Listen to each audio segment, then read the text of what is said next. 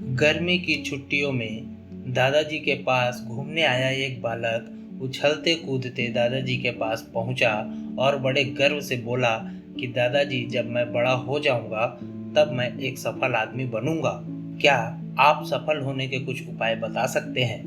दादाजी हाँ में सर हिलाते हुए और बिना कुछ कहे लड़के का हाथ पकड़ा और उसे करीब की पौधशाला ले गए। वहां जाकर दादाजी ने दो छोटे छोटे पौधे खरीदे और घर वापस आ गए।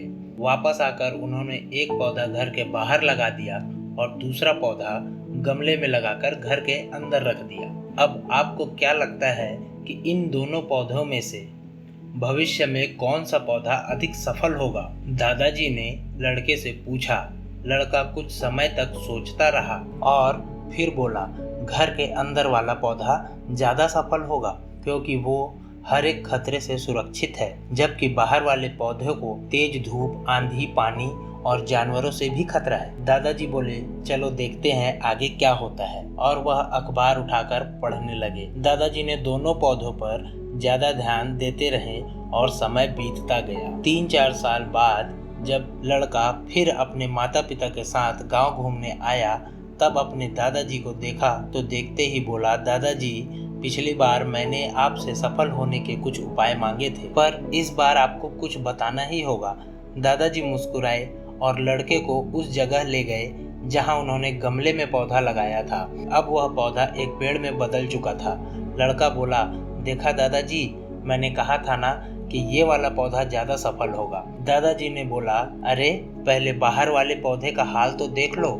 और ये कहते हुए दादाजी ने लड़के को बाहर ले गए और बाहर एक विशाल पेड़ गर्व से खड़ा था। उसकी शाखाएं दूर तक फैली हुई थी और उसके छांव में खड़े राहगीर आराम से बातें कर रहे थे। अब दादाजी ने पूछा, बताओ कौन सा पौधा ज्यादा सफल हुआ?